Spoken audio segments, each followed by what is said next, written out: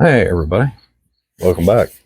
Uh, Today we're gonna kind of talk about a little bit of a topic that does come up from time to time, and it's a pretty valid question. It's when do you bug out versus bugging in, just staying put. And I think going over that it could be quite helpful for some people who are either indeterminate whether they want to actually make the bug out bag or inch bag, get home bag, and what really is the difference between these bag types and are they even applicable for you? So I think today's discussion we'll go over some of that. So stick with me here. So you're wondering when's the time to bug out? But at the very least that you're asking that question, that means you're at the very least starting to get into the beginning phases of considering being prepared. Uh, Now, a lot of time I find that bugging out is usually dictated by some set of circumstances which forces you to leave an area or potentially leave an area that you can not come back to for unknown period of time.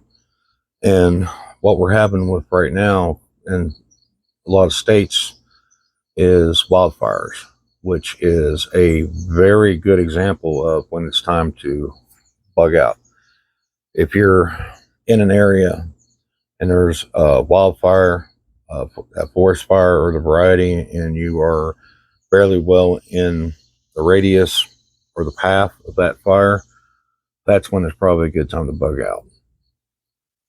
But there is an advantage to that. If you have forewarning, you got time to get conveyance, car, truck, side by side, motorcycle, whatever your conveyance may be, and you can take more of your personal belongings with you. But now, if you're in a situation where we're talking, you're on your foot game and you're going to be packing in whatever it is you're able to take with you, that's real important to consider. That could happen, but what's the likelihood versus you being able to use conveyance of some kind? So, in your head, sit down, or if you have to, I find it handy to take a pen or pencil and paper and write down scenarios. Uh, you can also, look up online things that have happened to other people in the real world, see how they handle those solutions, and you can come up with a game plan where maybe you can improve their decisions that they made since you have the ability to sit back. You're not emotionally involved, so you can think clearly before any disaster may happen, and you can actually set up some scenarios on what you need to do in said scenarios and what you need. So, and before we get too deep into this too, now understand too, there's a very marked difference between being comfortable and surviving. Uh, Surviving kind of sucks because that's just what you're doing. You're literally just surviving. Now, if we're talking about certain degree of comfort levels, that's solely going to depend on your skill level and your kit, your items that you have with you to help make your comfort level a little better. But we get down to the raw nitty gritty. The important thing is simply just to stay alive. And pardon me, I need a drink. I'm not too awful used to the talkie videos here. Okay, so now that we figured out that we're going to plan to have us a bug out bag, we're going to go bug out bag because in my personal opinion, your bug out bag can double as your go bag. And if you actually have a place that's stocked, you can also use it potentially as your inch bag. Say, you got a cabin in the woods somewhere you can go to, you've got it stocked, it's furnished with food, shelter, water, heating, all that stuff. You can take a much smaller bag to get you from A to B. So, but we're going to use bug out bag as just a general overall kind of thing for this video.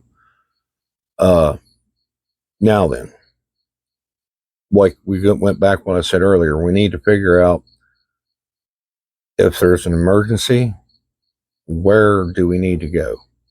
And then we can kind of figure out what resources we're going to need to carry with us to get us to that point. So since we're going bug out bag, we'll just, for this video, we're running a scenario that our conveyance is going to be our own self, our feet. We're going to have to walk. So at that point, it's important to consider your age, health condition, and distance you need to travel, because the weight factor in these bags are going to be quite serious to, figure out what we need to pack or what we can pack. So the most important thing is always to remember, in lieu of going like super crazy heavy with a lot of fancy kit, you can cover your basics. For example, shelter. You can use a simple tarp, provided you got some cordage. Your water, solely based how much water you're carrying on, how far you might have to walk and if it's summertime or not. And if you know that there's sources of water along the route, that's where you can either go with just one canteen and carry water treatment or water filters like the Sawyer, Life Straw, Grail, etc., etc. Outside that, you can just get your typical, aqua tablets. Now that we got that figured out, we can also basically make this short and simple. The 5 C's is what we want to try to cover here.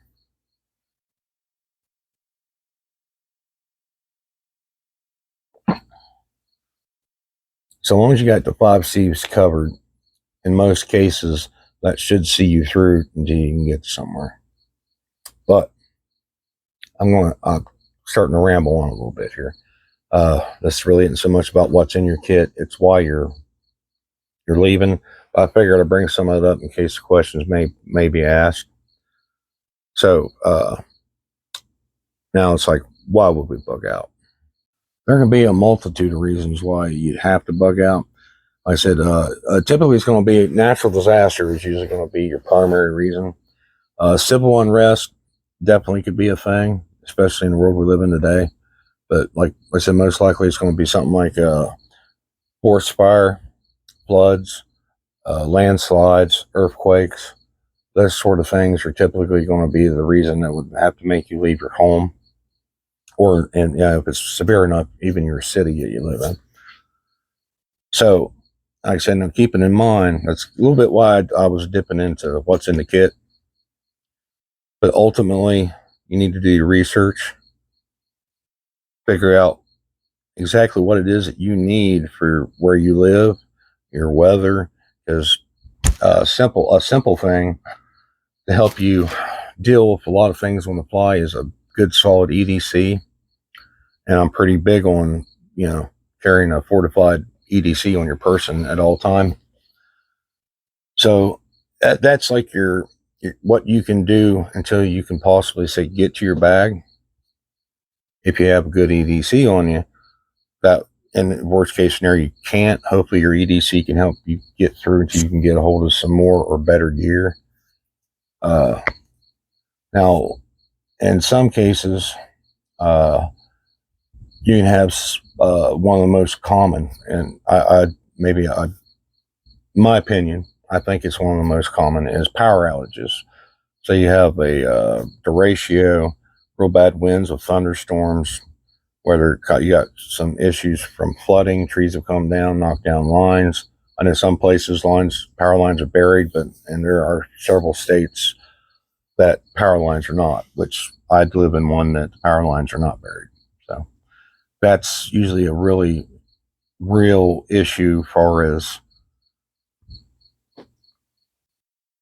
running out of electric out here.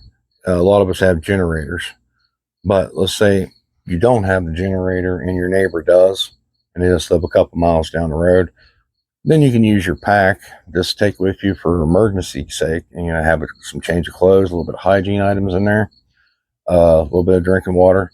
Maybe go down to the neighbor's place, see if they'll let you hang out until the power comes back on. Simple stuff like that. Now we get into big crises like some of the forest fires that we have here. You could be forced from your house or your dwelling, whatever it may be, for a very long time. And worst case scenario, obviously, your house and all your property is destroyed by the fire itself. Dealing with that aftermath is a whole different subject, but having some good basic things to take with you if you do have to abandon your dwelling will make things a lot easier on you psychologically.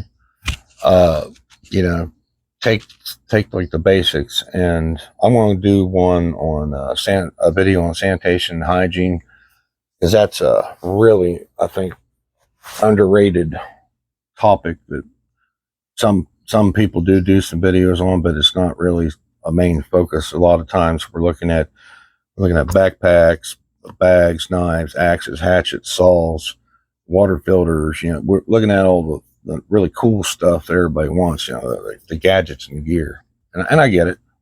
All right, so we're probably risking making this real boring that no one's going to watch this. So I'll try to get to the point here and sum this up. Like I said, it depends on where you live, what kind of bag. Like this is my primary bag, and a lot of people have way bigger bags than this. But I find with my skills at the Maxpedition Gray Falcon here, that's all I need. And I typically run this with the Stanley stainless steel canteen.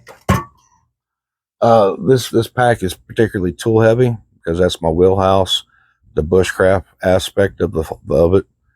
The more you're able to do it yourself, or be a woodsman, craft things, your shelters, traps, you name it.